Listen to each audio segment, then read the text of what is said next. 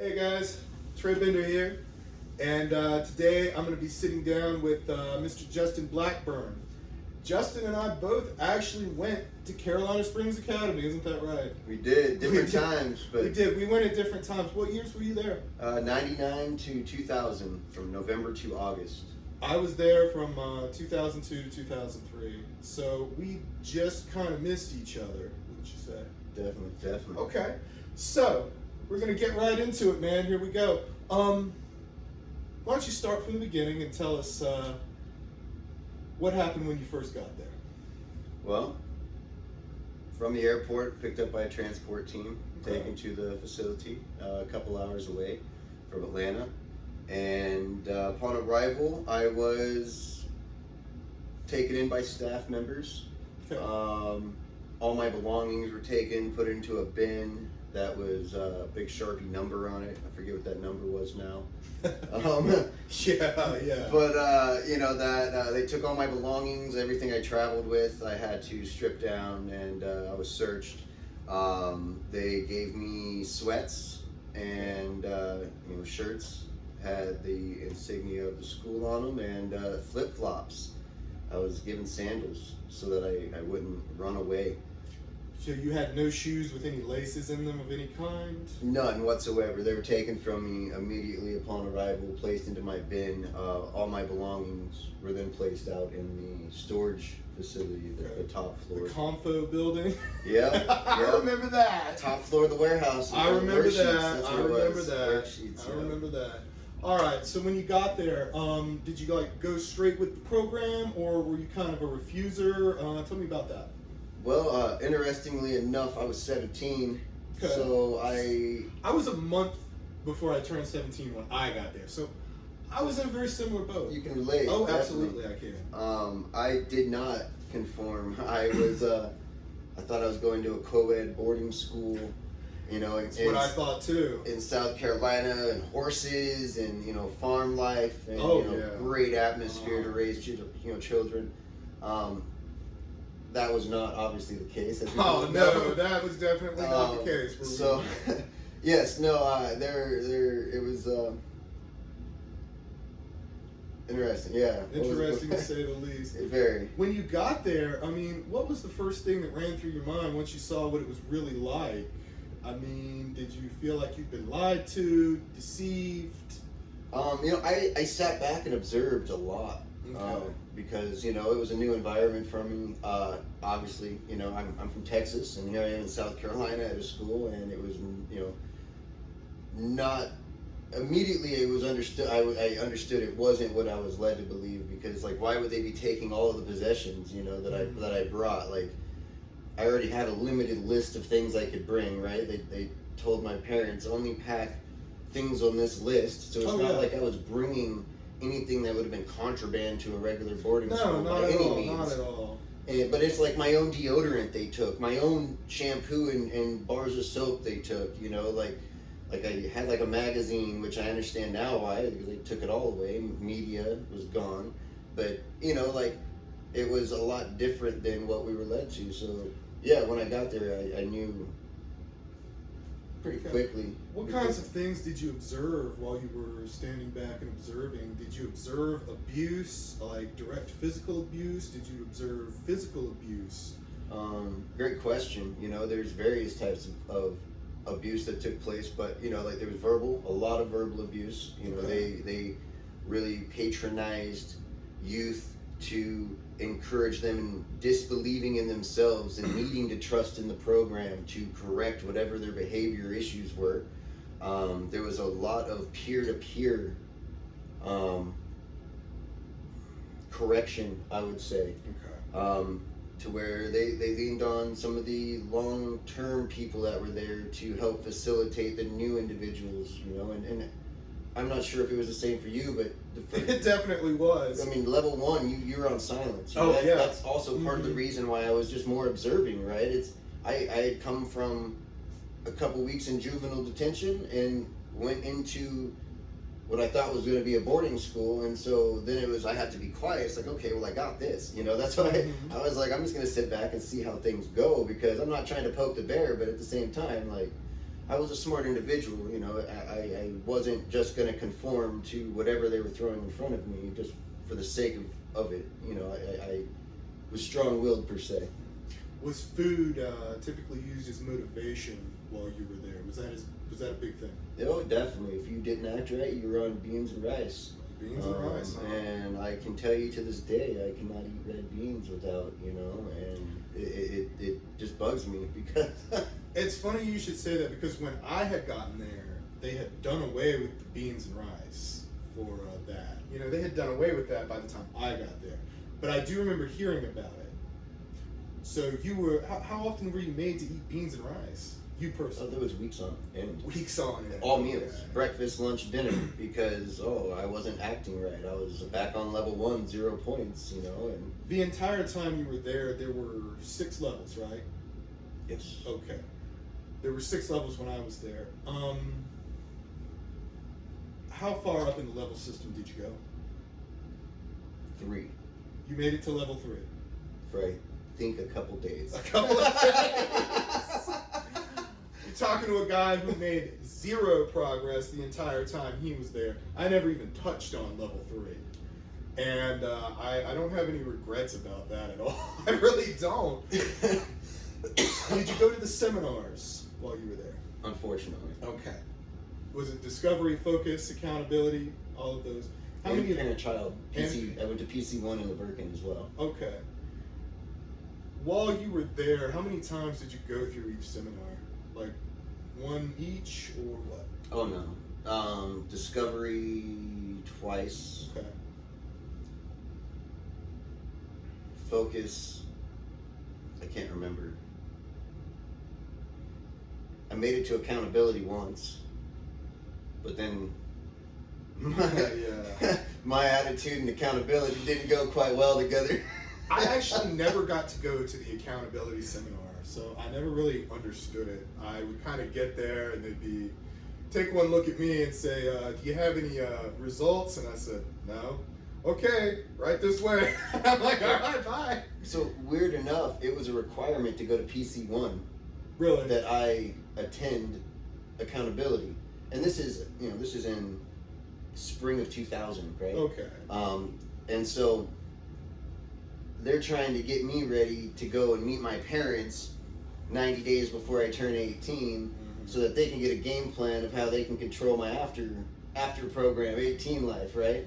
How long were you in the program at Carolina Springs? I got there a couple days before Halloween, so late October of 99, early November from what my memory, and then of 99, and then I left on August 12th of 2000. Okay.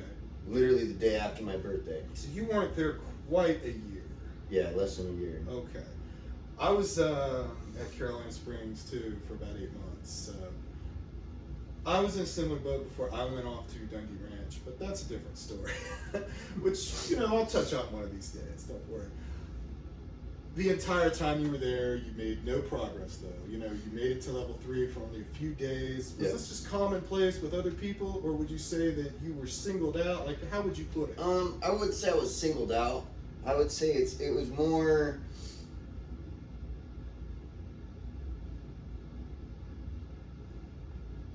At one point, I just wanted to get home, and I could play their game. You know what I mean? Like, okay, so I learned. If I just shut my damn mouth, don't interact, just write stupid shit they want to hear on all these pieces of paper we got to do all day, I can just mundanely get through to the next step, right? Yes. And that was also part of getting into like PC conference and all of that. I had to show some progress and all of this bullshit. Otherwise, it was $100, $50, and a bus ticket. And so I'm at this point. My dad had come and visited me out in South Carolina at one point, and I was like, or my stepdad, I should say. And so I was like, at least trying a little bit, but it wasn't. I wasn't the norm. I mean, there was both extremes, right? There was people that absolutely refused, and they'd asked a few weeks, months, at most, if they just nonstop showed nothing but problems, and then boom, you'd wake up and they were gone because somebody woke them up and took them, or you heard them get woke up and ripped out of the room in the middle of the night. But boom, Jamaica, Costa Rica, Mexico, wherever. I think it was Czech Republic at the time, not Costa Rica. It was Czech Republic. But yeah, boom, gone. Were you ever threatened with being sent to Jamaica or Mexico or Costa Rica? How often was the threat used? Quite often, because I was getting to an age I was almost 18, right? So my whole thing was, you can't tell me what to do. I'm about to be 18. I'm out of here. I got days. I'm 73 days left, homies. I'm out. Yeah. So they were trying pretty much everything to keep me quiet, right? I was taken off grounds by staff when parents would come. I was work project days, to kind of be silenced. You asked about that earlier, Yes. And I was told quite often, if you don't start acting right, you're gonna go to Jamaica. And I'd always just tell them, oh, cool, yeah, try to get me to Jamaica. Yeah. Try to get me to Jamaica. Yeah, Cool. I did the same thing. I was threatened with Jamaica a lot too, and I never got sent there. But that's just how it goes sometimes. I do know some individuals that unfortunately did leave and go there, and I had contact after, and they kind of made their way around a few different facilities, unfortunately. So yeah, I knew it was real. You know what I mean? And that's the unfortunate part, is they would threaten with it, but they would also take action with it. Yeah, And no, make they it very would. vocal, They would, because you'd wake up and it'd be so and so's off to the tropical island today, and it's like, Yeah, I remember It's that like, too. alright, jerks. I do remember that. I saw a lot of that happen during my time there too. So that was nothing out of the ordinary. Did you have any interaction with any of the girls while you were there? I mean, were they forbidden to even look at? Like, what would happen if you did look at them? well, you got blatant rule violation. Yep. BRV. Oh man. And yeah, I remember that. Yeah, and if you looked longingly, it was Oh. sexual misconduct or something like that. Oh, Cat man. 5, just so they could charge your parents a ridiculous amount of money. Let's be honest. Yes. We can get into that a whole different segment. While you were there, were the staff just readily giving out the consequences because of the cost associated with them? Would you say? I definitely feel it was incentivized to make sure that anything that could be violations were acted upon. Meaning they gave corrections on anything that they could see as a violation, right? And sometimes even enticed. I won't lie. There was a lot of times things escalated because of staff provoking, right? And so what starts off as something small ends up in this huge eruption of something, and then it's boom, boom, boom, boom, boom. Levels dropped. 3 people are now zeroed out, and Yeah. Lots of corrections. Cat 5s and 4s go out, and then its worksheets are all full, whatever. They were definitely, they knew it was a business. Let's put it that way. They knew it was business. So, did you ever see staff intentionally dropping students there after Yes. months of the okay? And Undeservingly. undeservingly, would you say this was commonplace? Depending on the income of the family, yes. Okay. I can And agree with that too. I hate to say it that way, but that's, There's no other way to say it. if they knew the family could afford another 6, 8, 10 months, oh yeah, they acted up today. They're back, they're starting over, they're having a rough couple of weeks, they'll get through it though, and then boom, the manipulation is right there again on. Would you say that the majority of students who did attend Carolina Springs came from very privileged backgrounds? I would say 80-20. Okay, I can agree with that too. There were some, I knew some that were court ordered by the state of California, and I can't say that they came from privileged backgrounds because their upbringing, they didn't deserve to be in a facility like we were. They needed love, man. They needed a family. They needed love. They needed some guidance, Absolutely, they did. and that's not what they got. They got neglected. they got Is there anything that stands out in your mind during your time at Carolina Springs that you don't think you'll ever forget? Oh man, there's many times, many things.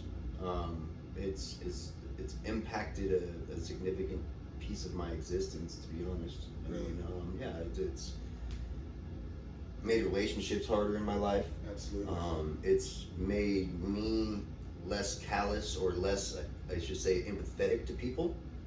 And that's, you know, that's hard when you've got a family, you're married, you know, and there's, you know, in the work environment, there's a lot of times in which I felt, I wouldn't say triggered, but I definitely feel, you know, uncomfortable because of past interactions and wrongdoings, the way things were done in my, you know, my youth, but not just from CSA, you know, from many aspects, you know what I mean?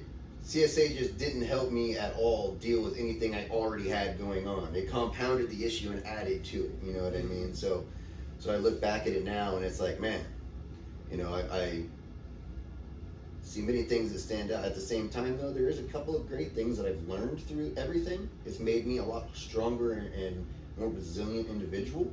Okay.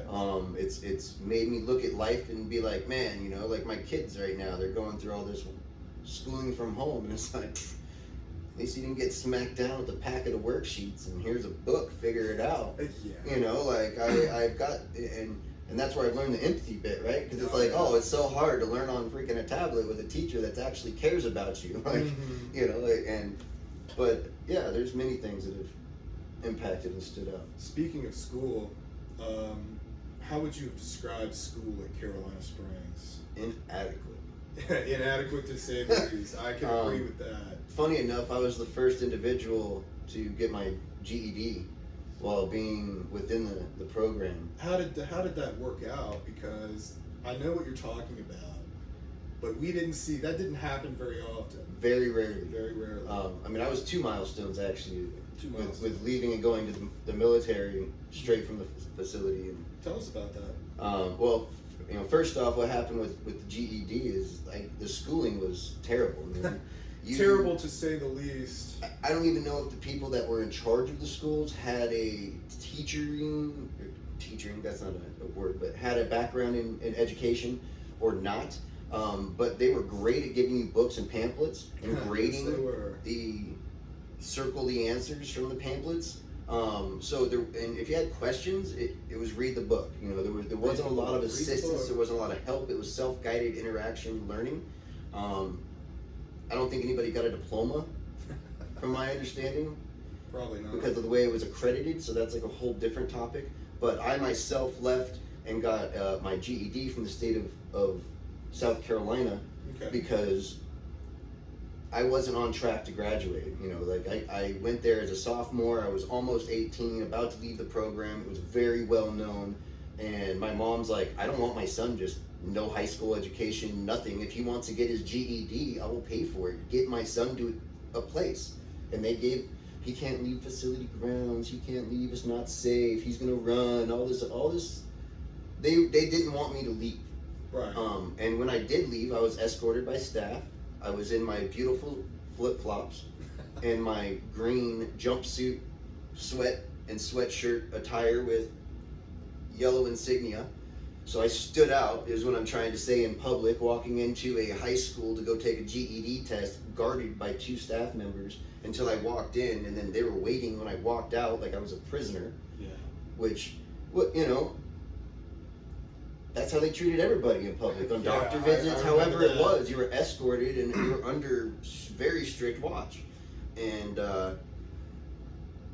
yeah, so I got my GED, and then I made the decision to join the military. I was like, you know, a bus ticket, $100. No, I'm gonna be all I can be in the Army. And you joined the military right out of leaving Carolina Springs, is that correct? The recruiter came to Carolina Springs. I met with him in the front office of the school, in the main front building.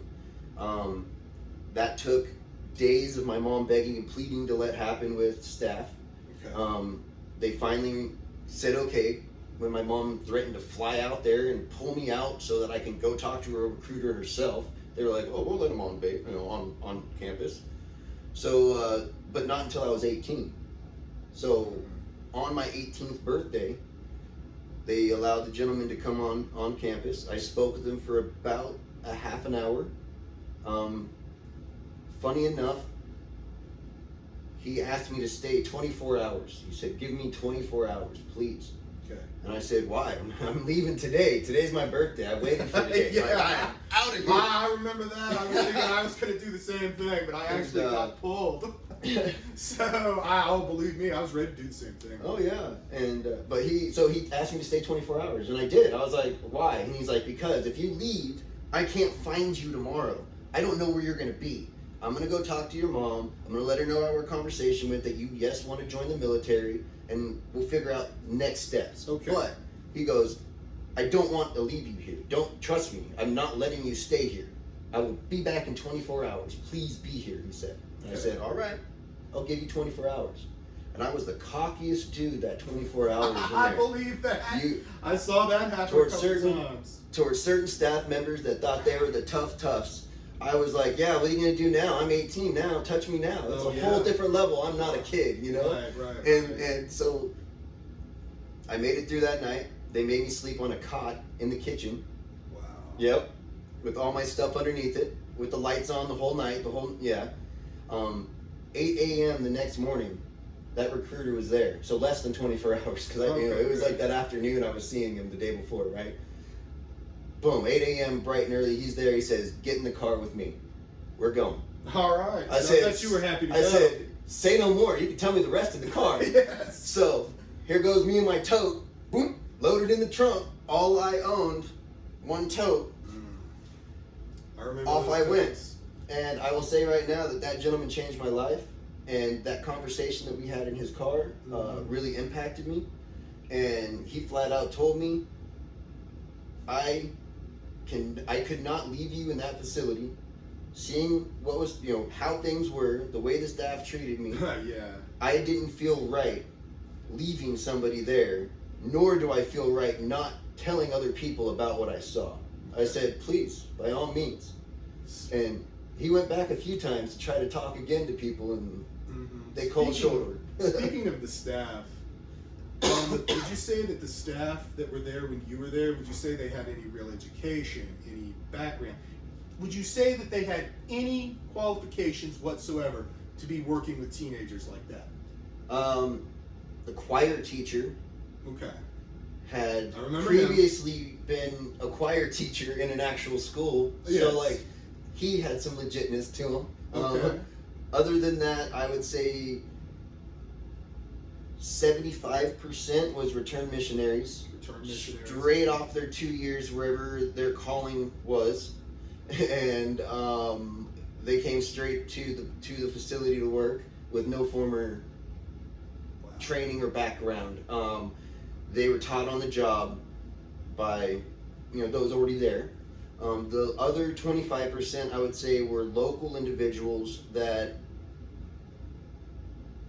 I wouldn't say had a background in education. I mean, the ads they used to hire people specifically said $10 to $12 an hour, help needed boys home.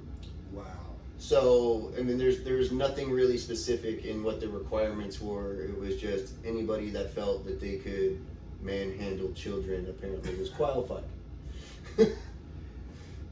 While you were there, what did you think when you were told that you had to put all your belongings into 3 laundry baskets? Do you remember having to do that? I only got one. You only got one? I got one laundry basket. Okay. When I was there, we got 3, but you're telling me you only got one of those laundry baskets.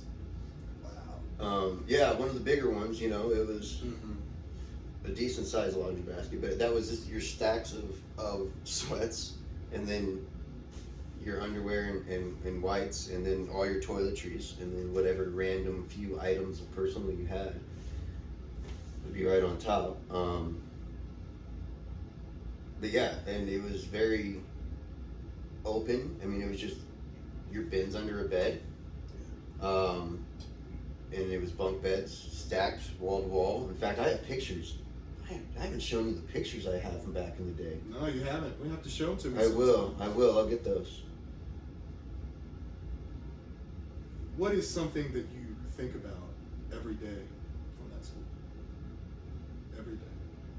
What I think about people.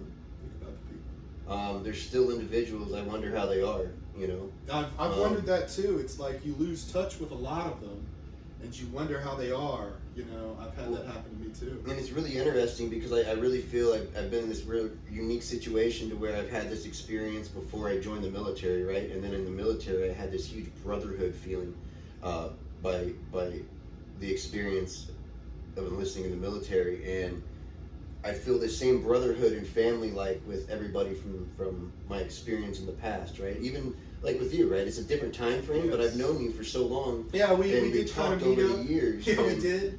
And then when I was living in DC, you know, you reached out to me and you said, "Hey, man, I'm going to be in DC," and I'm like, Yeah. "Wow, you know, let's get together." Yep. And I Yep. came down. You know, that Mhm. was I do remember us doing that, and I'm glad that we did It was it. good times. Yeah. It really was.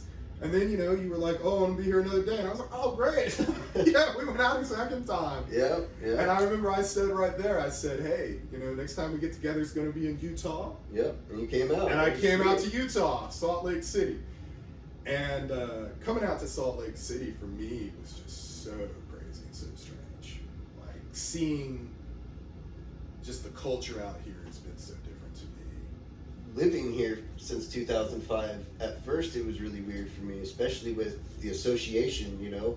I really stayed away from southern Utah because like that was a touchy subject, you know what I Yes. mean? I do. I actually understand that because it was the same for me. It's just like I'm never gonna go to Utah after what happened. Nuh-uh, not me.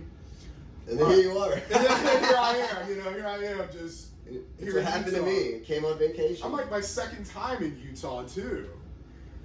All right, back at the school. Yeah.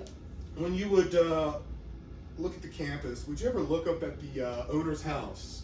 And what would you think about that? Oh, that entitled asshole. Oh, yes, yes, yes. And you knew his grandson, Yeah, he was actually a student. a supposed student. He was a special case, though. Of course he was. Because he just came for the education aspect of it. But he got to go stay at his grandpa's house, and he didn't have to worry about the rules, and he didn't have to worry about corrections, and he didn't have to, literally, no program, no levels, no seminars. He just came down the hill when he wanted to and went to school. And that the was... supposed school. Yeah. if you want to call it that. Exactly. He supposedly played on our football team so that he could get more college cred. Yeah. Was school the self-paced environment with the same test that you just take over and over and over until you get an 80 on it? Yeah. Okay, so it was probably the exact same stuff as when I was there. Yeah. Because, like I said, like you said, Packets, worksheets. yes, it was not school. It was a joke. Well, I mean, I'll be honest. Before my experience in South Carolina, I had a fun time back in Dallas, where I was from. So I went to alternative placement school a couple of times, and I did actually experience something similar in what they call the AEP, alternative education placement. But it was only, how do I explain it? It was a really short period of time, and it was when I was a real asshole, and I was in a closet with a desk, and I did worksheets for like 2 hours a day, and then they would send me home. But that was in public school for like a week, and it was in school suspension is what they called it, and that's the only other time that I did it. But their packets were actually like my history book, and like questions and write essays from my teacher, right? It wasn't like circle ABC, a cat meows, yes or no. It was legitimate actual pamphlets of school to do, whereas Carolina Springs, no. I think the education in Carolina Springs being less than par would be a safe assumption. I concur. Okay, I thought you could. When you were there, would you say that the cost of the school and the money that was being put into it certainly wasn't going back into the school? Would you agree with that? I would agree full-heartedly. In my a little over 10 months there. My tuition, if I recall correctly, was over $100,000. Wow. And that's not just because of the actual tuition. That was like $3,500 a month ish. Maybe right under $4,000, I think, a month. And that was for my rice and beans, remember? Yes. And this beautiful education system. Beautiful education. And this co-ed environment. Co-ed, which I took care of horses co-ed. and activities, like going to the aquarium. Oh, yeah. I don't even know where one is in South Carolina. Oh, me neither. Anyway, the majority extra came from corrections. Of course. So there was a hefty amount of that entire tuition that was charged in monthly fees for my corrections, as well as my monthly allowance for the store, general store use. The general store, and what kinds of things would you be able to get from this supposed store? Because when I was there, the store was just this converted shed that had a one particular staff member who ran it. Yeah, and it was like on a notebook. Like, what kinds of things would you say you got at this store? You could go to your favorite store where you can obtain items for $1 or less and obtain every item that was within that shed. Except we were paying $5 to $10 per item, depending on the. Same here. The scented was more expensive than unscented. I remember that, even though it's all the same dollar item at the store, real store. It was more, right? But you were paying for a luxury, and I remember vividly, like, you could buy candy, and if you were on a certain level, you could buy candy, right? And it was like $3 for a dang Snicker bar.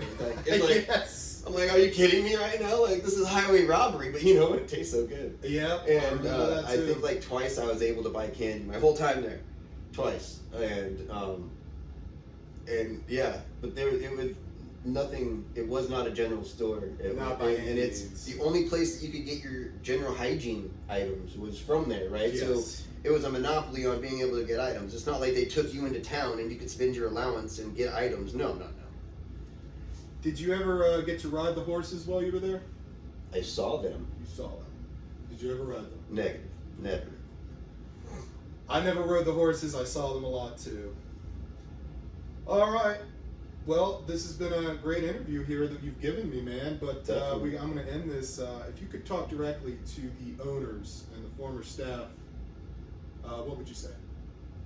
You know, it's been 20 years, and it still affects myself as well as many, many others. And I would hope, or I would say to them that I would hope they reflect on how many lives they negatively impacted.